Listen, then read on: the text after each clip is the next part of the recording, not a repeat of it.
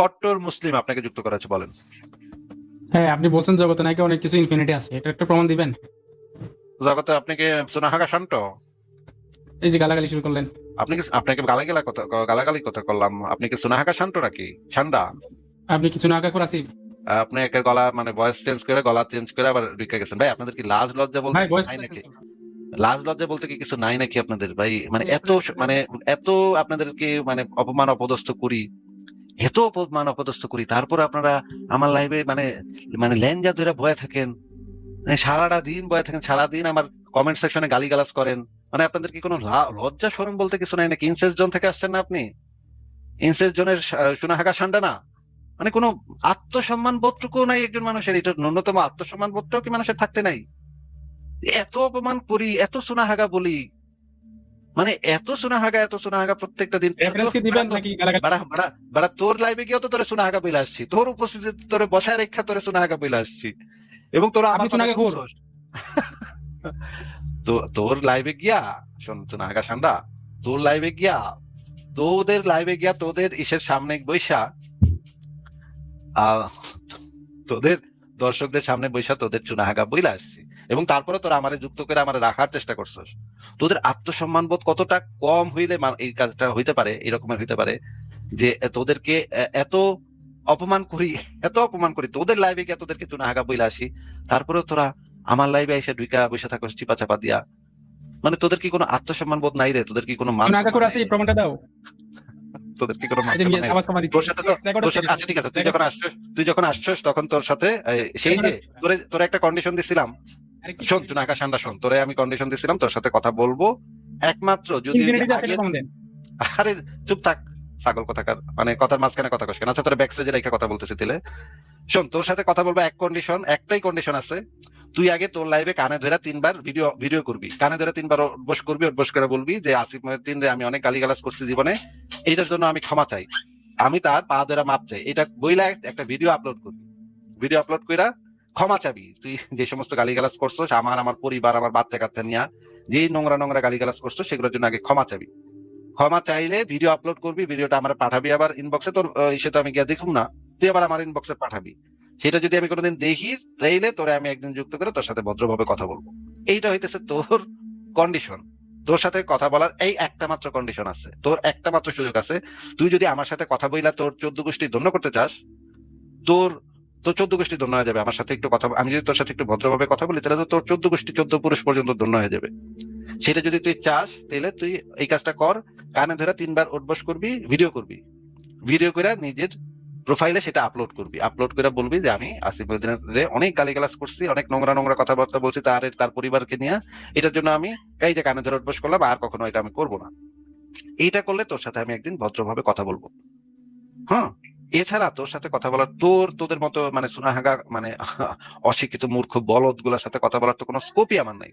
তুই যদি এটা কখনো কইরা দেখাইতে পারোস, তাহলে তোরে আমি সেই সুযোগ দিব, আমার সাথে কথা বইলা নিজের জীবন, তোর জীবন আমি ধন্য করে দেবো, তোর পরিবারের জীবন আমি ধন্য করে দেবো। যা, কথা দিলাম, আজকে কথা দিলাম, তুই যদি এটা করতে পারোস, এটা করার যদি তোর সাহস থাকে, এটা করে যদি তোর সৎ সাহস থাকে, তাহলে তুই কইরা আয়। তাহলে তখন তোর এত ইচ্ছা, বুঝছি তোর অনেক ইচ্ছা আমার সাথে কথা বলানোর, আমার সাথে একসাথে মানে লাইভে বসে তুই আমার সাথে কথা বলতে চাস, তোর সারা জীবনের মানে খায়েশ, তুই একদিন আমার সাথে বসে একটু কথাবার্তা বলতে চাস, এটা বুঝছি, ঠিক আছে। আমি মানে চুনাহাগাদেরও তো একটা অধিকার থাকতে পারে, তাই না? চুনাহাগাদের তো একটা মানে জীবনের আশা আকাঙ্ক্ষা থাকতে পারে, এটা আমি বুঝি যে তোর এটা মানে জীবনের লক্ষ্য, যে একদিন যদি আসিফ মহিউদ্দিন তোর সাথে কথা কইতো, তাহলে তোর জীবনটা ধন্য হয়ে যেত, ঠিক আছে। তুই এবার হারাই যা, তুই এবারে হারাইও দিস, তোর ভিতরকে হারাইও দিস, অসুবিধা নেই, সেদিন আমি দেখবো। কিন্তু আমার সাথে কথা বলতে হইলে তোর আগে এই কাজটা করতে হবে, তিনবার কানে ধরে উঠবস করবি, উঠবস করে একটা ভিডিও আপলোড করবি, ভিডিও আপলোড করে সেই দিন তোর সাথে আমি কথা বলবো। তোর সাথে আমার অনেক বছর আগে একবার কথা হয়েছিল, আমার যেটা মনে আছে, তুই একটা যুক্তি দিছিলি, যুদ্ধবন্দী নারীদের ধর্ষণ করা কেন তোর কাছে জাস্টিফাইড, সেটা নিয়ে একটা যুক্তি দিছিলি, সেইটা নিয়ে কথা হবে। এরপরে তুই মাঝখানে আরেকবার যুক্ত হয়েছিলি, তখনও বলছিলি যে দাসীদের নাকি সম্মতি লাগে, সেইটা নিয়ে তারপরে কথা হবে। 3 নম্বরে যদি আর কোনো জিনিস থাকে, তখন তোর সাথে আমি কথা বলবো, 3 নম্বর জিনিস নিয়ে কথা বলবো, সমস্যা নাই। কিন্তু প্রথম কন্ডিশন হইতেছে তুই আগে কানে ধরে অভ্যাস করে একটা ভিডিও আপলোড করবি, ভিডিও আপলোড করবি, তাহলে আমি তোর সাথে অবশ্যই কথা বলবো, ঠিক আছে? মানে শোনো আকাশ, শুনছস? দেখেন এই যে তুই সাউন্ড শুনছস? এখন কমা রাখছে। আচ্ছা শুনছিস, ঠিক আছে যা তোর বাইর কর। এখন তুই এটা কাইটা ভিডিও দিয়া তোর মানে চ্যানেলে দেখ গিয়া আমারে সাউন্ড কমাই রাখছে। এটা নিয়ে 3 মাস কানবি তুই। 3 মাস মানে মানে তোর যে চুনাহাগা বন্ধু বান্ধব আছে সেদিন ধইরা মানে গলাগলি করে কান্দে কান্দে রাখা কানবি। হ্যাঁ, আমারে দেখেন, দেখছেন ভাই আমারে না করছে। হ্যাঁ, আমার পাশে আইছে, তুই পাশাটা উঁচা করে তোর দেখা দিবি তোর দোস্তদের। দেখেন আমার এই পাশার ভিতরে কিভাবে আসিফ মাহদিন কিভাবে লাঠিটা মারছে, দেখেন পাশাটা লাল হয়ে গেছে। এই পাশাটা খুইলা তুই তোর দোস্ত বন্ধু যারা আছে সবাই দেখাবি। ঠিক আছে চুনাহাগা সান্ডা, তুই তোর পাশাটা উন্মুক্ত করে তোর বন্ধুদেরকে দেখাইবি যে তোর পাশার কোন জায়গায় সাউন্ড কেন আমি কমাচ্ছেন লাথিটা ভাই? মারছি, তোর পাশার কোন জায়গায় যে আমি লাথিটা আবার মারছি সাউন্ড সেটা। কমাচ্ছেন কেন? সাউন্ড কমাচ্ছেন ভাই? এই যে সাউন্ড কমাচ্ছি কেন বুঝিস নাই তুই? আমার যে পরিমাণ গালিগালাজ করস তুই তোর লাইভে, এটার জন্য আমার সাথে কথা বলতে হইলে তোর যেটা করতে হবে যে 3 বার কানে ধরে উঠবস করে ভিডিও আপলোড করতে হবে, তখন আমি অবশ্যই কথা বলবো। যা, তোরে আমি কথা দিলাম আজকে, তোরে আমি জীবন ধন্য করে দিব। যা তুই এখন কান গিয়া তোর লাইভে গিয়া কান গিয়া যে পাশাটা উঁচা করে দেখাইস। হ্যাঁ, একটা স্ক্রিনশট মারবি পাশার, যে এই যে দেখেন এই জায়গাতে আসিফ মাহদিন লাথি মারছে, দেখেন ও দোস্তরা দেখো দেখো দেখো আমার এই জায়গায় আসিফ মাহদিন দেখো এই জায়গায় কত জোরে লাথি মারছে। এইভাবে কানবি নিজের লাইভে গিয়ে ভিডিও পুরাটা আমার এই যে যতটুকু তোর সাথে কথা বললাম ততটুকু পুরাটা কাটবি, গাইটা এইটুকু দেখাইবি, তার তোর পাশাতে আমি যে জায়গায় লাচ্ছিটা মারছি সেটাও দেখাইবি, লাল হয়ে গেছে যে তোর পাশাটা সেটাও দেখাইবি। এই 3টা জিনিস দেখাইলে দেখবি তোর যে দোস্ত বন্ধুরা আছে তারা অনেক তোর পাশে অনেক মালিশ করে দিব।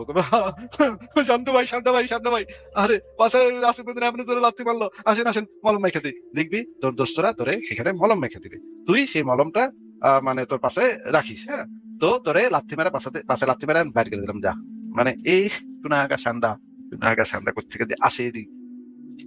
আচ্ছা, তোর সাথে অবশ্যই কথা বলবো, কিন্তু এই যে এই কন্ডিশন ফুলফিল হলে আমি অবশ্যই কথা বলবো। যা, তোরে আমি কথা দিলাম তোর সাথে কথা বলবো একদিন, কিন্তু যদি এই কন্ডিশন তুই ফুলফিল করতে পারোস তাইলে ঠিক আছে। পরের জনকে যদি তার আগে আমি বলে নিতে যাচ্ছি যে ধর্ম ধর্ম নিয়ে সমালোচনা আমাদের সবারই আছে, কিন্তু আপনি শুধু ইসলাম ধর্ম নিয়ে কেন সমালোচনা করেন? আপনার অবশ্যই ধর্ম নিয়ে সমালোচনা করার অধিকার আছে, কিন্তু তারপর আমি জানতে চাচ্ছি যে আমার ইচ্ছা, আমার যদি ইসলাম ধর্ম নিয়ে সমালোচনা করতে মন চায় তাহলে আমি ইসলাম নিয়ে করবো, আমার যদি ইহুদি নিয়ে করতে মন চায় ইহুদি নিয়ে করবো, আমার যেই ধর্ম ইচ্ছা নিয়ে সমালোচনা করতে চাই আমি সেই ধর্ম নিয়ে সমালোচনা করব। এটা আমার ব্যক্তিগত বিষয়, আমি কোন ধর্মকে বেশি ক্ষতিকর মনে করি সেটা সম্পূর্ণ আমার ব্যাপার। আপনি যদি মনে করেন কোথায় থাকেন বলেন তো? আমি বাংলাদেশে থাকি। আচ্ছা, আপনি বাংলাদেশে কেন থাকেন? আপনার তো ইন্ডিয়া আছে, শ্রীলঙ্কা আছে, পাকিস্তান আছে, কত কত দেশ আছে, বাংলাদেশে কেন থাকেন? এটা তো আমার জন্মস্থান, এখানে আমার বাবা মা পরিবার আমার কাজ মানে কর্মস্থল সব এখানে। আমার ভূমিকার তাগিদে তো এখানে থাকা প্রয়োজন, তাই না? হ্যাঁ, কিন্তু আমার এখন পরিবার- বড় হয়েছেন, এখন তো ইচ্ছা করলে অন্য দেশে যাইতে পারেন, তাই না? হ্যাঁ, তাইলে জানেন অবশ্যই। কেন বাংলাদেশে থাকেন? এতগুলো দেশ আছে, ভালো ভালো দেশও তো আছে। যাই না এখানে, ওই বললাম তো যে আমার পরিবার আছে এখানে, আমার পরিবারের ইচ্ছার বিরুদ্ধে তো আমি যেতে পারি না। আপনার অবশ্যই ইচ্ছা, আমার পরিবারের আপনার ইচ্ছা, আপনার খুশি, আপনার যে দেশে ইচ্ছা ভালো লাগবে সেই দেশে আপনি থাকবেন। এখন আরেকজন যদি এসে জিজ্ঞেস করে ভাই আপনি খালি বাংলাদেশে থাকেন কেন, অন্য দেশে যান না কেন ভাই? আপনার ইচ্ছা, আমার খুশি, আমার ইচ্ছা, আমার যেটা ইচ্ছা, যেটা আপনার আপনার যে দেশে থাকতে ভালো লাগবে সেই দেশে আপনি থাকবেন, এখানে আরেকজনের বলার কি আছে নাকি ভাই? হ্যাঁ, আচ্ছা, আপনি বাংলা ভাষায় কথা বলেন কেন? আপনার কি মানে অন্য কোনো ভাষায় মাঝে মাঝে কথা বলতে পারেন? চাইনিজ আছে, আরবি আছে, ফ্রেঞ্চ আছে, কত কত হাজার হাজার ভাষা আছে, বাংলা ভাষায় কথা বলেন কেন ভাই? আমার মানে কথা বলার ক্ষেত্রে তো আমার বাংলা ভাষাটাই আমাকে ছোটবেলা থেকে শেখানো হয়েছে। এখন আমার যদি প্রয়োজন পড়ে তাহলে আমার অন্য ভাষা শিখতে হবে যদি আমি অন্য কোনো দেশে যাই। কিন্তু আপনার এখন ভালো আমি লাগে কোনটা বলতে? ভালো লাগে কোনটা বলতে? বাংলা বলতে তো ভালো লাগে বেশি নাকি? হ্যাঁ, বাংলা বলতে তো ভালো লাগে। বাংলা বলতে আপনার খেয়াল, আপনার ইচ্ছে, যেমন আপনি মনে মনে কথা কন, কি কোন ভাষায় কথা কন? ইংরেজিতে তো আর বলেন না, বাংলাতেই তো বলেন নাকি? হ্যাঁ, তাহলে এই যে এটা কেন, মানে এটা তো আপনার খুশি, আপনার ইচ্ছা, যেটা ইচ্ছা ভালো লাগবে সেটা করবেন নাকি? আর আরেকজন যদি এসে আপনার বলে যে ভাই আপনি ফ্রেঞ্চ ভাষায় মনে মনে কথা কন না কেন, ভাই আপনার খুশি, আমার আমার জীবন, আমার খুশি, আমার যেটা বলতে ভালো লাগবে আমি সেটা বলবো নাকি ভাই? না না, আপনি তো একজন স্বঘোষিত নাস্তিক, তাই না ভাই? আর যেটা এখন জিজ্ঞেস করতেছি সেটার উত্তরটা আগে একটু দিয়ে নেন। আমি স্বঘোষিত ভাই, স্বঘোষিত হতে হয়। নাস্তিক কি কেউ অন্যের ঘোষিত কেউ নাস্তিক হয় নাকি? একটা বেকুবের মতো কথাবার্তা বলেন, অন্যের ঘোষিত নাস্তিক হয় নাকি? অন্যের ঘোষিত নাস্তিক তো না। আমি তো বলছি কোনটা নাস্তিক তো স্বঘোষিতই হইব, নিজেরই তো কম লাগবে যে আমি নাস্তিক। আরেকজন আরেকবার কইব নাকি? আরেকবার কয়ে দিব তুই নাস্তিক, নাকি নিজে কইতে হইব যে নাস্তিক? স্বঘোষিতই তো হইব নাস্তিক। কি বেকুবের মতো কথাবার্তা ভাই। এখন আপনি বাংলা ভাষায় কথা বলেন, বাংলাদেশে থাকেন, এই যে আপনি যে নাস্তিকের লাইভে এসে কথাবার্তা বলতেছেন, আপনি তো একজন নাস্তিকের লাইভে গিয়েও মাঝে মাঝে নিশ্চয়ই জিজ্ঞেস করেন যে আলেমের, মনে করেন আলেমের লাইভে গিয়ে জিজ্ঞেস করলেন, আচ্ছা হুজুর, পৃথিবীতে তো 4,500 ধর্ম আছে, আপনি কেন সারাক্ষণ ইসলামের প্রশংসা করেন? ইসলাম ছাড়া অন্য কোনো ধর্মের কথাও তো মাঝে মাঝে কইতে পারেন, অন্য ধর্মের প্রশংসা তো করতে পারেন। এটা কি আপনি অন্য মানে কোন একজন ইসলামিক আলেমকে গিয়ে, বা হিন্দু ধর্মের মনে করেন একজন মানে পুরোহিত আছে, সে সারাক্ষণ হিন্দু ধর্মের প্রশংসা করে, হিন্দু ধর্ম প্রচার করে, তারেও কি আপনি গিয়ে বলেন যে ভাই আপনি সারাক্ষণ কেন এইটা প্রশংসা করতেছেন? পৃথিবীতে তো 4,500 ধর্ম আছে ভাই, আপনি কেন খালি আপনার ধর্মটার প্রশংসাই কেন করেন? অন্য ধর্মেরও তো প্রশংসা থাকতে পারে, সেই প্রশংসা করেন না কেন? এটা কি আপনি তাদেরকে গিয়ে বলেন? না, ওদের কারণ আছে, কারণ অবশ্যই আছে, কারণ ওরা যে যে ধর্মে, তারা ওরা তো ওই ধর্মের উপাসনা করে, তাই না? আপনি তো কোনো ধর্মের উপাসনা করেন না। প্রশংসা প্রশংসা তো করে, একটা ধর্মের প্রশংসা করে, তাদেরকে কি গিয়ে বলেন যে 4,500 ধর্ম আছে, আপনি কেন ভাই খালি একটা বিশেষ ধর্মের প্রশংসাই করতেছেন? অন্য ধর্মেরও তো অনেক প্রশংসা থাকতে পারে, ওগুলো তো আমি যে ধর্মের বিশ্বাস করি, আমি তো সেই ধর্মেরই প্রশংসা করি, তাই না? এই নিরপেক্ষতাটা আপনি শুধুমাত্র কেন নাস্তিকদের ক্ষেত্রে আশা করেন যে নাস্তিকরা সব ধর্ম নিয়ে কথা বলবে? একজন ধার্মিক কেন সব ধর্ম নিয়ে প্রশংসা করবে না? সে তো একজন ধার্মিকও তো, তাই না? হুম। যে ধার্মিক বা আস্তিক হওয়ার কারণে তাকে কি আপনি এটা বলেন যে ভাই আপনি তো একজন আস্তিক মানুষ, তাইলে তো মাঝে মাঝে খালি ইসলামের প্রশংসাই কেন খালি করতেছেন? মাঝে আপনার মাঝে প্রশ্ন আমি দিলাম, কারণ সে সেই ধর্মের উপাসনা করে, সেই জন্য সে ধর্মের উপাসনা করে তো বুঝলাম, কিন্তু সে তো আস্তিকও তো, সেই ধর্মের উপাসনা করে সেটা তো আমি বুঝছি, কিন্তু সে তো একই সাথে একজন আস্তিক মানুষও তো। আস্তিক মানুষ আস্তিক মানুষ। হিসেবে, নাস্তিক হিসেবে যদি একজনের সব ধর্মের সমালোচনা করতে হয়, তাহলে তো একই সূত্র অনুসারে একজন আস্তিক মানুষের সব ধর্মের প্রশংসা করতে হবে। না, আপনার আমি সূত্রটা আপনার যদি এটা হয়, সূত্রটা যদি এটা হয়, সে হ্যাঁ বুঝলাম সে একজন মুসলমান আস্তিক বা সে একজন হিন্দু আস্তিক, কিন্তু আস্তিক তো বটে। আস্তিকের ক্ষেত্রে তো আপনি এই কন্ডিশনটা অ্যাপ্লাই করেন না, তাহলে নাস্তিকের ক্ষেত্রে কেন এই কন্ডিশনটা অ্যাপ্লাই করতেছেন? এইটা একটু জানতে চাচ্ছি। নাস্তিক আর ধর্মের মানে আপনার আস্তিক আর ধর্ম যারা বিশ্বাস করে তাদের ভিতরে তফাৎ আছে ভাই। আস্তিক কারা? যে একজন ঈশ্বরে বিশ্বাস করে। আছে জিনিসটা তো আমি ধরেই তো আমি জিজ্ঞেস করতেছি যে তফাৎ আছে, এটা তো আমি জানি, তো এই জন্যই তো জিজ্ঞেস করতেছি। একজন আস্তিক হচ্ছে সে যে ধর্মে বিশ্বাস করে, ঈশ্বরে বিশ্বাস করে, আর একজন না নাস্তিক হচ্ছে না যে না ভাই, না না, আস্তিকের এখন আস্তিকের বিভিন্ন সংজ্ঞা আছে। আস্তিক আস্তিক মানে আছে। শব্দের মানে হচ্ছে গিয়ে একজন যে ঈশ্বরে বিশ্বাস করে তাদেরকে আস্তিক বলে, আর হ্যাঁ, নাস্তিক মানে হচ্ছে যারা ঈশ্বরে বিশ্বাস করে না। এখন হ্যাঁ। নাস্তিক যারা ঈশ্বরে বিশ্বাস করে না, এখন তাদের জন্য যদি এটা জরুরি হয় যে সে একটা ধর্মের সমালোচনা করতে পারবে না, 5টা করতে হবে বা 15টা ধর্মের সমালোচনা করতে হবে, এই কন্ডিশনটা যদি আপনি তার ক্ষেত্রে অ্যাপ্লাই করেন, তাহলে তো একই সূত্র তো অ্যাপ্লিকেবল হবে আস্তিকের ক্ষেত্রেও। যে ভাই আপনি আস্তিক আছেন ভালো কথা, ভাই আপনি খালি একটা ধর্মের প্রশংসা করতেছেন কেন? আপনি তো আস্তিকও তো বটে, তাহলে শুধুমাত্র ইসলামের প্রশংসা করতেছেন কেন? আপনি মাঝে মাঝে হিন্দু ধর্ম, বৌদ্ধ ধর্ম, মাঝে মাঝে এইগুলো ধর্ম সেগুলো ধর্ম, আচ্ছা, আপনি তো আমি দেখা যায় খালি একটা ধর্মের প্রশংসা করেন আর বাকি সব ধর্মটিরে গালি পারেন, বাকি সব আচ্ছা, ধর্মটিরে কি মিথ্যা? ভাই আপনার এই প্রশ্নটা কথার মাঝখানে কথা না, প্রশ্ন শুই না, প্রশ্ন যদি না ভালোভাবে না বুঝেন তাহলে জিজ্ঞেস করবেন, আমি আবার প্রশ্ন করব, আপনি প্রশ্নটা শুই না উত্তর দেন। আপনি কথা কইতেছেন এই জন্য প্রশ্ন মাথায় আপনার ঢুকতেছে না। প্রশ্ন যদি আপনি না বুঝেন তাহলে আবার জিজ্ঞেস করবেন, কিন্তু প্রশ্ন শুই না তারপর উত্তর দিবেন। আপনি একই সাথে শুনতেছেন এবং কথা কইতেছেন, এই জন্য আপনার মাথায় কিছু ঢুকতেছে না। একজন মুসলিম আস্তিকও তো সে তো বটে, তাহলে আস্তিকের ক্ষেত্রে এই জিনিসটা প্রযোজ্য না কেন? সে কেন সকল ধর্মের প্রশংসা না কইরা শুধুমাত্র তার বিশেষ ধর্মটার প্রশংসা করতেছে? তাহলে তো সে আস্তিক না, তাহলে তো সে আস্তিক থেকে বাদ হয়ে গেল। একজন নাস্তিক যদি সব ধর্মের সমালোচনা না করে, তাহলে যদি সে নাস্তিকতাতে তাতে যদি তার বেশ কম হয়, তাহলে তো আস্তিক বেড়ার যে শুধুমাত্র ইসলামের প্রশংসা করতেছে তারও তো আস্তিকতা কমে গেল, আস্তিকতাতে টান পড়লো, যে সে তো সব ধর্মের প্রশংসা করতেছে না, সে তো একটা বিশেষ ধর্মের প্রশংসা করতেছে। সূত্র তো দুই ক্ষেত্রে একই রকমের অ্যাপ্লিকেবল হবে। এখন আপনাকে, আচ্ছা 3 নম্বর প্রশ্ন হচ্ছে, আমি বুঝতে পারতেছি আপনি এই প্রশ্নগুলোর উত্তর দিতে পারতেছেন না, বা আপনার মাথায় ঢুকতেছে না প্রশ্নগুলো কেন, কি কইতাছে নাস্তিকে, কি কয়, আমি তো কিছু বুঝতেছি না। এটা না হচ্ছে বুঝতে আপনি বলেন, আপনি বলেন, কথা বলেন, আমি বুঝতে সবই বুঝতেছি। আপনি মনে করেন আমেরিকাতে একজন নাম প্রখ্যাত নাস্তিক আছে, ক্রিস্টোফার হিচেন্স, নাম শুনছেন আপনি? হ্যাঁ, শুনছি। এই ব্যক্তি কোন ধর্মের সমালোচনা সবচেয়ে বেশি করছে? উনি খ্রিস্টান ধর্মের সমালোচনা সব থেকে বেশি করছে, খ্রিস্টান ধর্মের। আর ইংল্যান্ডের একজন বিখ্যাত নাস্তিক আছে প্রফেসর রিচার্ড ডকিন্স, উনি কোন ধর্মের সমালোচনা বেশি করছে? না, ওনার নাম আমি শুনিনি ভাই। রিচার্ড ডকিন্স উনি সবচেয়ে বিখ্যাত আধুনিক নাস্তিকদের মধ্যে, উনি খ্রিস্টান ধর্মের সমালোচনা বেশি করছে। আয়ান হিরসি আলী, তিনি মানে নাইজেরিয়াতে জন্ম নেয়া, সোমালিয়া বা নাইজেরিয়া, এই দুইটা একটা দেশের, আমার ঠিক খেয়াল নেই, সম্ভবত সোমালিয়াতে জন্ম নেয়া একজন মুসলিম পরিবার থেকে উঠে আসা একজন নাস্তিক, তিনি সবচেয়ে বেশি সমালোচনা করছে ইসলাম ধর্মের। নাম শুনছেন আয়ান হিরসি আলী? না। আচ্ছা, ভারতের একজন প্রখ্যাত নাস্তিক আছে প্রবীর ঘোষ, তিনি সবচেয়ে বেশি সমালোচনা করছে হিন্দু ধর্মের। নাম শুনছেন প্রবীর ঘোষের? হ্যাঁ, প্রবীর ঘোষের নাম শুনছি। আচ্ছা, উনি সবচেয়ে বেশি সমালোচনা করছে হিন্দু ধর্মের, এটা এটা জানেন তো? হ্যাঁ, জানা আছে। এই যে প্রবীর ঘোষ তো একটা হিন্দু পরিবারে জন্ম নিয়েছে এবং হিন্দু পরিবারে বড় হয়েছে নাকি? হ্যাঁ, আচ্ছা, ক্রিস্টোফার হিচেন্স জন্ম নিয়েছে একটা খ্রিস্টান পরিবারে এবং বড় হয়েছে খ্রিস্টান সমাজে, খ্রিস্টান কালচারের ভিতর দিয়ে নাকি? হ্যাঁ, আয়ান হিরসিয়েলি একটা মুসলিম পরিবারে জন্ম নিয়েছে এবং মুসলিম আহ, সংস্কৃতির ভিতরে বড় হয়েছে নাকি? হ্যাঁ, হ্যাঁ, তাহলে আমরা দেখতে পাচ্ছি একটা কমন বৈশিষ্ট্য আছে, যারা যেই ধর্ম থেকে আসছে তারা সেই ধর্মটার সমালোচনা বেশি করছে, বাদ বাকিও করছে কিন্তু খুব একটা বেশি না, অল্প স্বল্প করছে, কিন্তু যে ধর্মের পরিবেশ থেকে সে উঠে আসছে সেই ধর্মের সমালোচনাটা সব ক্ষেত্রেই দেখা যাচ্ছে বেশি হচ্ছে নাকি? হ্যাঁ।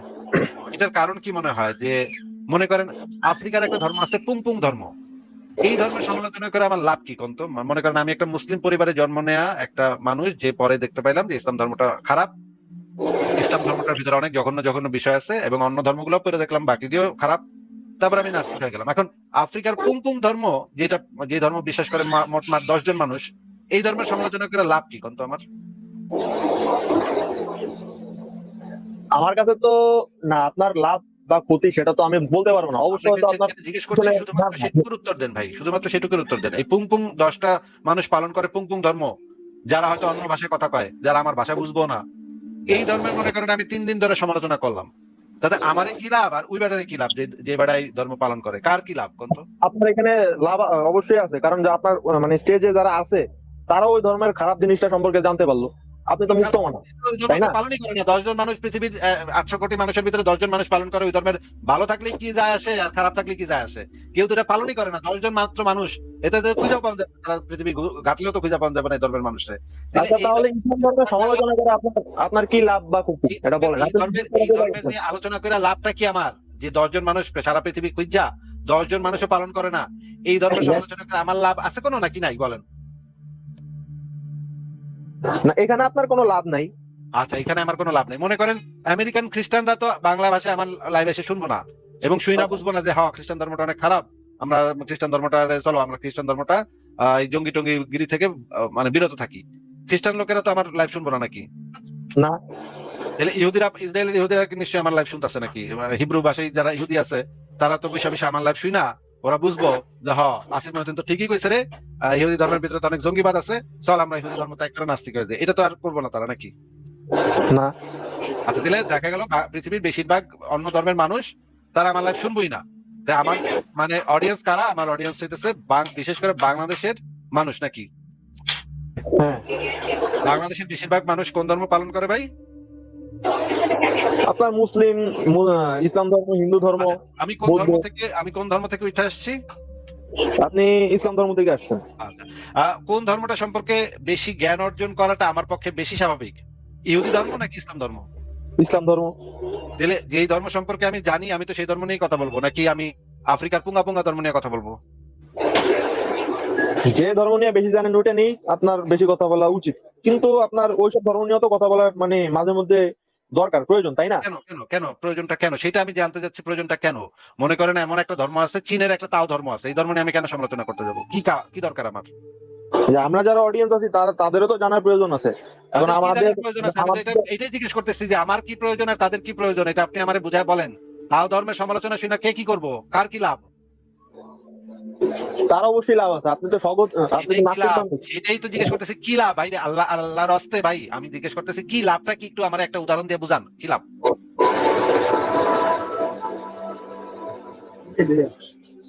তাও ধর্মের অনুসারী এক বেড়ায় যে ম্যান্ডারিন ভাষায় কথা কয়, হ্যাঁ চীনের ম্যান্ডারিন ভাষায় কথা বলে, এর কি লাভ হইব আমি যদি তাও ধর্মের সমালোচনা করি? তখন কি লাভ হইব কোন? আমাদের লাভ না, লাভ তো অবশ্যই আছে। ওই ধর্ম সম্পর্কে কি খারাপ বা কি ভালো ওইটা আমরা জানতে পারলাম। লাভটা আছে যে বুঝলাম তো, কিন্তু যদি আপনি একটা উদাহরণ দিয়ে বুঝান রে আল্লাহর রাস্তায় ভাই, উদাহরণ দিয়ে বুঝান কি লাভ হইব তার?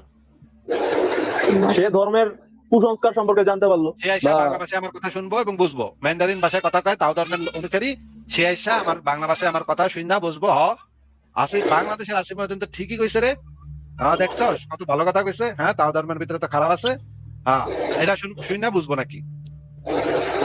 আমি তো তাদের কথা বলিনি, আমি আমাদের কথা বলি যারা বাংলা ভাষা বলছি। আপনি তো তাও ধর্ম পালন করেন, আপনার এখানে কি লাভ? যদি আপনি তাও ধর্ম পালন না করেন তাহলে তাও ধর্মের সমালোচনা দিয়ে আপনার কি লাভ? আমার কোনো লাভ নেই। আমি তাও ধর্মের ভিতরে একটা খারাপ জিনিস আছে, তাও ধর্মের গ্রন্থের ভিতরে এক্স নামক একটা খারাপ জিনিস আছে। এইটা শুননা, এটা জানি না আপনার কি ফায়দা, আপনার কি লাভ? এইটা ভাই একটা উদাহরণ দিয়া বুঝান ভাই, আল্লাহর রাস্তে একটা উদাহরণ দিয়া বুঝান। আচ্ছা, নাস্তিক হতে তো আপনার অনেক পড়াশোনার প্রয়োজন, তাই না? জিজ্ঞেস করছি, সেটার উত্তরটা দেন আগে। আমি আপনার উত্তরই দিতেছি ভাই, প্রশ্নের উত্তরই দিতে। অন্য কোনো অপ্রাসঙ্গিক কথা না, অপ্রাসঙ্গিক কথা না। না না, অপ্রাসঙ্গিক কোনো কথা বলতে না। উত্তর দিতে পারতেছেন না, এখন এখন চিপা দিয়া পাড়ায় দিতে যাচ্ছেন। হ্যাঁ, অন্য না না, কোনো কিভাবে প্রসঙ্গ থাকলে, কিভাবে অন্য বাইরে কোনো থেকে প্রসঙ্গ থাকলে, অন্য কোনো আলোচনা থাকলে আমি পরে শুনবো আপনার সেগুলা। আপাতত শুধুমাত্র এইটা কন যে মনে করেন প্রাচীন গ্রিসের একটা ধর্ম ছিল জিউস, যেই ধর্মের দেবতা জিউস ছিল একটা লুচ্চা। এই আমি সমালোচনা করলাম, জিউস বাড়া ছিল একটা লুচ্চা, খালি আকাম কুকাম করতো। এইটা শুনে বাংলাদেশের একজন মুমিন মুসলমানের কি লাভ হইব সেটা কন আমার বুঝান। বাংলাদেশের মুমিন মুসলমানের কোনো মানে লাভ লস, এটা তো তার মানে কোনো লাভ লস নাই। যেটা দিয়ে আমারও কোনো লাভ লস নাই, মুমিনেরও কোনো লাভ লস নাই, সেটা দিয়ে আমি আমার টাইম ওয়েস্টটা কেন করব? আমার কি ভাই চুলকায়? আমার কি মানে পেছন চুলকায় যে আমি আমার হুদাহুদি আমি জিউ জিউ মানে প্রাচীন গ্রিসের জিউসের দেবতা জিউসের সমালোচনা করে আমার টাইম ওয়েস্ট করব, মুমিনের টাইম ওয়েস্ট করব? আমার টাইমের কি ভাই খাউত যায় ভাই আমার? মানে কেন? এখন আপনাকে মানে শেষ প্রশ্ন, সারা পৃথিবীতে মনে করেন আপনি পৃথিবীর যে কোনো একটা দেশের এয়ারপোর্টে গিয়ে নামছেন, ঠিক আছে ভাই, যে কোনো একটা সভ্য দেশে এয়ারপোর্টে গিয়ে নামছেন, সেখানে গিয়ে আপনি চিৎকার দিয়ে এয়ারপোর্টে গিয়ে চিৎকার দিয়ে যদি কর হালেলুয়া, হালেলুয়া হইতেছে খ্রিস্টানদের একটা মানে কথা, ওরা বলে হালেলুয়া বলে। হ্যাঁ, এই কথাটা যদি কন তখন কি হইতে পারে আপনার সাথে কন তো ভাই? জানা নাই আমার, কিছুই হবো না, মানে অন্য সবাই পাশ দিয়ে হাইটা চলে যাবে। মনে করেন আপনি অন্য কোনো দেশের মানে ইউরোপের কোন একটা দেশ বা আমেরিকাতে এয়ারপোর্টে নামে, নিউ ইয়র্কের এয়ারপোর্টে নামে আপনি যদি কন জয় শ্রীকৃষ্ণ, জয় রাম, এগুলো করলে কি হইব কন তো দেখি? কিছুই হইব না, মানুষজন হাইটে চলে যাবে, হাইটা চলে যাবে। ঠিকই বলেছেন। মনে করেন বাদ বাকি সব ধর্ম, মনে করেন সাব্বে সাত্তা সুখিতা হন্তু, হ্যাঁ, মানে বৌদ্ধদের যে ইয়া আছে, সব জগতের সকল প্রাণী সুখী হোক, হ্যাঁ, সব প্রাণীরা সুখী হোক, এই কথা যদি কন তাহলেও কিছু কারণ পাল্টা ছেড়ে যাবে না, সবাই পাশ দিয়ে হাইটা চলে যাবে, কেউ কিছু করবে না করে। কিন্তু আপনি যদি ওখানে গিয়া নাইমা যদি কন আল্লাহু আকবার বলে যদি একটা চিৎকার মারেন, কোন তো ভাই কি হইব? নিউ ইয়র্কের এয়ারপোর্টে নাইমা আপনি আল্লাহু আকবার বলে চিৎকার দিচ্ছেন, কোন তো কি হইব? কিছুই হইব না, কিছুই হইব না, না ভাই। এইখানেই তো মজা। সাথে সাথে আপনার মাথার মানে কপালের মাঝখানে গুলি করব, আপনার কপালের একেবারে মাঝ বরাবর গুলিটা মারবো স্নাইপার রাইফেল দিয়া। যে যেখান থেকে পুলিশ আছে সে আইসা কোনো কথা কইবো না, একেবারে জায়গা মতো গুলিটা মাইরে দিব। কারণ এরা মনে করবো আপনার মানে ব্যাগের ভিতরে বোম টোম আছে, আপনি এখন সুইচ চাপ দিবেন, আল্লাহু আকবার কইছেন, খাড়ার উপরে এখন বোমা বিস্ফোরণ হইব, খাড়ার উপরে পুরো এয়ারপোর্ট উড়ে দেব। সাথে সাথে সিকিউরিটি চারপাশ দিয়ে আপনার ঘিরা আপনার মাথা কপালের মাঝখানে একটা ফোড়া করে দিব। এবং পৃথিবীর বিভিন্ন সভ্য দেশের এয়ারপোর্ট, এমনকি পাকিস্তানের এয়ারপোর্টে পর্যন্ত আল্লাহু আকবার বলে চিৎকার করা নিষিদ্ধ। আল্লাহু আকবার বলে চিৎকার করলে ওরা মানে সিকিউরিটি সাথে সাথে আপনার অ্যারেস্ট, সাথে সাথে আপনার শেষ। আপনার হয় জাপটায় ধরবো পেছন থেকে, অথবা আপনার মাথায় গুলি করব, কিছু একটা করব। আমি পৃথিবীর বিভিন্ন দেশে এই সিস্টেমটা ভিন্ন ভিন্ন, একটু ভিন্নতা আছে, কিন্তু পৃথিবীর যে কোনো সভ্য দেশে আপনার বিরুদ্ধে অ্যাকশন নিব। যে কোনো সভ্য দেশে একটা বিমানের উঠে যদি আপনি এই চিৎকারটা দেন, যে কোনো সভ্য দেশে আপনার নামায় দিব প্লেনের থেকে। আপনার মানে কইতে পারবেন না, এই কথা আপনি কইতে পারবেন না, অসম্ভব ব্যাপার। পৃথিবীর যে কোনো সভ্য দেশের এয়ারপোর্টে এই কথা কইলে একেবারে শেষ, একেবারে খবর আছে, 14টা বাজে দিব। এবং 8-10 ঘন্টা আপনারে মানে জেরা করবো যে আপনার কোন জায়গায় পাশার ভিতরে বোম রাখছে না কোন জায়গায় বোম রাখছে এটা জিজ্ঞেস করবো। 8-10 ঘন্টা আপনার বয়া ন্যাংটা করে পাশার ভিতরে মেশিন ঢুকায় তারা চেক করবো পাশার কোন জায়গায় আপনি বোমটা ঢুকাইছেন। এটা কি আপনি জানেন ভাই? না, আমার জানা নেই। আচ্ছা, পৃথিবীতে যে জঙ্গি সংগঠন এখন সারা পৃথিবীতে যে সার্টিফাইড জঙ্গি সংগঠন গুলা যেগুলা, সেগুলোর ভিতরে একটু বলেন তো যে কোন ধর্মের মানুষ সবচেয়ে বেশি মানে জঙ্গিবাদী সংগঠনগুলো আছে যেগুলো সারা পৃথিবীতে, সেগুলোর ভিতরে কোন ধর্মের মানুষের পরিমাণ সবচেয়ে বেশি?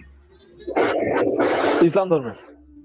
ওয়াও, আমি সেই গতকালই আমি গতদিনই আমি একটা মানে লাইভে আলোচনা করতেছিলাম, আমি জেমিনাইকে জিজ্ঞেস করলাম 70 থেকে 80% হইতেছে ইসলামিক জঙ্গি সংগঠন সারা পৃথিবীতে, বাদ বাকিও আছে 2-3টা বা একটা দুইটা আছে, হিন্দু ধর্মেরও একটা দুইটা আছে, কিন্তু এগুলা বেশিরভাগ হইতেছে রাজনৈতিক কারণে করে, ধর্মের কারণে খুব একটা গ্যাঞ্জাম নাই। খ্রিস্টান ধর্মের যে জঙ্গিটা আছে, জঙ্গি সংগঠন আছে, তারা রাজনৈতিক কারণে খুনাখুনি করে। হিন্দু ধর্মের যেটা আছে সেটা কিছুটা হিন্দু ধর্মের জন্য করে, আবার বেশি ম্যাক্সিমাম ক্ষেত্রেই রাজনৈতিক কারণে করে। কিন্তু ইসলাম ধর্মের যেটা আছে সেটা একেবারে পিওর ধর্মের কারণে করে, ইসলামের ঝান্ডা সারা পৃথিবীতে উঠানোর জন্য করে, শুধুমাত্র আল্লাহর হুকুমত কায়েম করার জন্য তারা করে। 70 থেকে 80% হইতেছে ইসলামিক টেররিস্ট অর্গানাইজেশন সারা পৃথিবীতে। এখন আপনাকে আমার জিজ্ঞাসা হচ্ছে যে এই যে তাহলে মানে মনে করেন আপনার ক্যান্সার হয়েছে, তাহলে আপনি কি নাক কান দাঁতের ডাক্তারের কাছে যান নাকি ক্যান্সারের ডাক্তারের কাছে যান? ক্যান্সার থেরাপিস্টের কাছে অবশ্যই যাও, যারা ক্যান্সার স্পেশালিস্ট আছে। কিন্তু ভাই আপনার তো শরীরে অন্যান্য অঙ্গ প্রত্যঙ্গ আছে, মনে করেন আপনার হাতে ঘা হয়েছে, আপনি হাতের ঘায়ের ডাক্তারের কাছে তো যাইবেন, আপনি তো নিশ্চয়ই মাথার বা কিডনির বা ফুসফুসের ডাক্তারের কাছে যাইবেন না। যেখানে ঘা সেখানে তো আপনি আগে ওষুধ দেন নাকি? আমার যে রোগ হয়েছে আমি তো সেই রোগের যে বিশেষজ্ঞ ডাক্তার আছে তার কাছেই তো যাবো, তাই না? হ্যাঁ, সেই যে আপনার যেখানে রোগ হয়েছে সেখানে তো আপনি আগে ওষুধ দিবেন, যেখানে এখনো রোগ হয় নাই বা রোগ ছড়ায় পড়ে নাই। হুদাহুদি ওষুধ মাইখা তো লাভ নাই। এখন তো সুস্থ আছে, জায়গাটা তো সুস্থ আছে। আপনার যেই জায়গাটাতে অসুস্থতা ছড়ায় পড়ছে, যে জায়গায় ভয়ঙ্কর অসুস্থতা ছড়ায় পড়ছে, সেখানেই তো আপনি বেশি চিকিৎসা দিবেন, কাজ দিবেন, সেখানে মলম টলম মাখবেন সেখানে বেশি। তাহলে সারা মানব মানে সভ্যতাকে যদি আমরা একটা বডির মতো চিন্তা করি, সেখানে দেখা যাচ্ছে ইসলামিক জঙ্গি সংগঠনরা সারা পৃথিবীতে তাণ্ডব মাচায় চলছে। সারা পৃথিবী, এমনকি পাকিস্তানের লোকজন পর্যন্ত ডরায় কোনদিন আফগানিস্তানের জঙ্গিরি আইসা ওদের মেরে যায়, আবার আফগানিস্তানের দি ডরায় কোনদিন আইসিস আইসা ওদের মেরে যায়। একটার থেকে আরেকটা বেশি জঙ্গি, একটার থেকে আরেকটা বেশি জঙ্গি। ভাই জঙ্গিরা পর্যন্ত, এমনকি জঙ্গিরা পর্যন্ত দৌড়ের উপরে আছে যে তার থেকে বেশি জঙ্গি যদি সেদিন না পারে সে তাদেরকে মেরে যায়, তাদেরকে কাফের বলে। আইসিস কইতাছে মানে তালেবানরা নাকি জঙ্গি, তালেবানরা কইতাছে আইসিস নাকি জঙ্গি। আবার এই তালেবান এবং আইসিস দুই পক্ষই কইতাছে পাকিস্তানের লোকজন নাকি জঙ্গি, পাকিস্তানিরা কইতাছে আফগানিস্তানের এই তালেবানরা আর এই যে আইসিস, সিরিয়ার আইসিস, এগুলা জঙ্গি। ভাই এইটি তো সারা পৃথিবীতে ভয়ঙ্কর তাণ্ডব মাচায় রাখছে, সারা পৃথিবীতে ভয়ঙ্কর ভয়ঙ্কর কাণ্ড ঘটায় যাচ্ছে। একজনও, এমনকি জঙ্গিরা পর্যন্ত নিরাপদ না, জঙ্গিরা পর্যন্ত ডরায় যে আরেক জঙ্গি এসে তাদেরকে কবে মেরে যায়, আরেক দলের জঙ্গি। হ্যাঁ, এখন আপনি আমাদেরকে বলেন যে এই যে যেই ধর্মের ভিতরে এত খারাপ অবস্থা, সেই ধর্ম রাখা, যেই ধর্ম মনে করেন গান বাজনা করে, মনে করেন একটা ধর্ম আছে ওদের কাম খালি গান বাজনা করা, সেই ধর্ম নিয়ে কথা বলে লাভ কি ভাই বলেন তো? না, কোনো লাভ নেই। তাহলে মানে যে ধর্ম, মনে করেন বৌদ্ধ ধর্মের ভিতরে জঙ্গি আছে, কিন্তু ম্যাক্সিমাম বুদ্ধিস্টরা, মানে বুদ্ধ ধর্মের যে টেক্সট, অরিজিনাল টেক্সট, সেই টেক্সটের ভিতরে বলা আছে গৌতম বুদ্ধ বলছে জগতের সকল প্রাণী সুখী হোক, হ্যাঁ, সব প্রাণীরা তোমরা ভালোবাসো, কোনো প্রাণীর ক্ষতি করো না। এই ধর্মের সমালোচনা করে তো আমার কোনো লাভ নাই, কারণ এই ধর্ম তো এমনিতেই ভালো কথাই বলছে, এখানে তো খারাপ কিছু বলে নাই। হ্যাঁ, বৌদ্ধদের ভিতরে জঙ্গি আছে।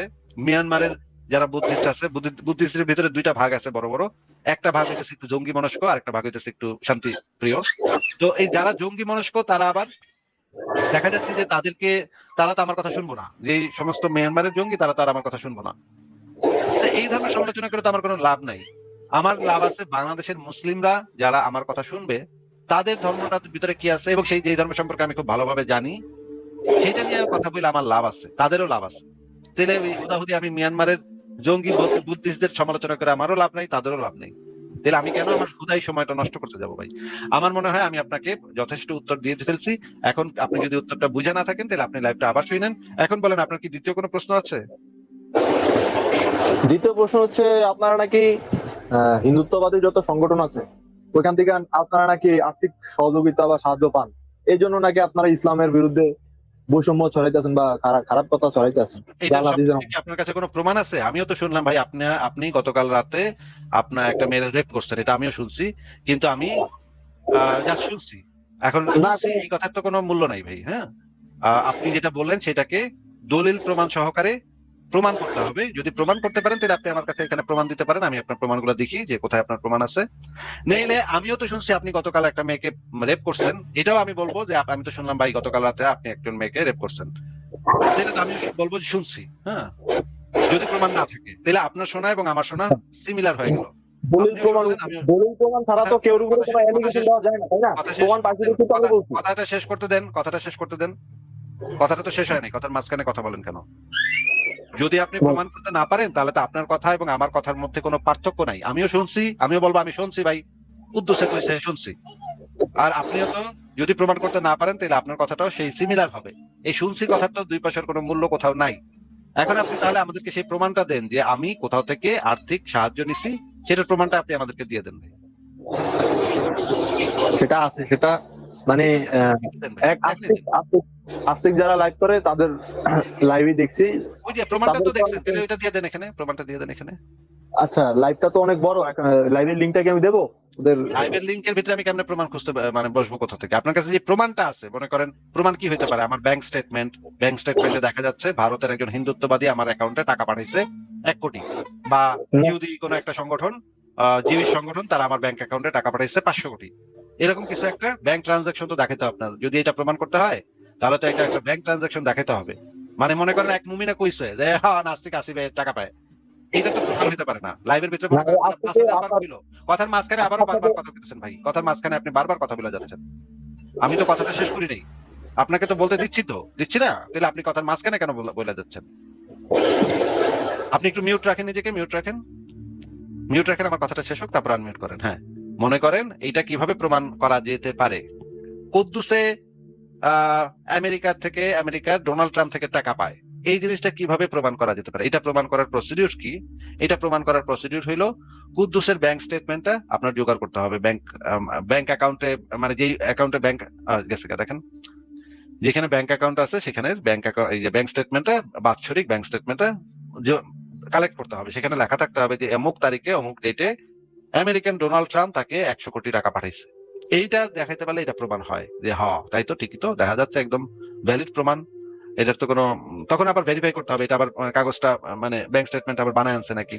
যদি দেখা যায় যে এখানে আমি মেইল করলাম ব্যাংকে যে এটা কি তোমাদের ভ্যালিড ডকুমেন্ট, তারা যদি বলে যে হয় এটা তো আমাদের ভ্যালিড ডকুমেন্ট, তখন তো আমরা মানে প্রমাণ পেয়ে যাব যে হ্যাঁ এটা তো, এর কাছে তো টাকা আসতেছে ডোনাল্ড ট্রাম্পের থেকে। কিন্তু এটা ছাড়া তো প্রমাণ করা মুশকিল যে কোথা থেকে কে টাকা পায় কে না পায়, সেটা তো এছাড়া তো প্রমাণ করা মুশকিল। মনে করেন কুদ্দুসে কইছে, আক্কাসে কইছে, এটা তো কোনো প্রমাণ হইতে পারে না ভাই। হ্যাঁ, এই দেখেন মমিন কাছে, এই হইতেছে মমিনদের অবস্থা।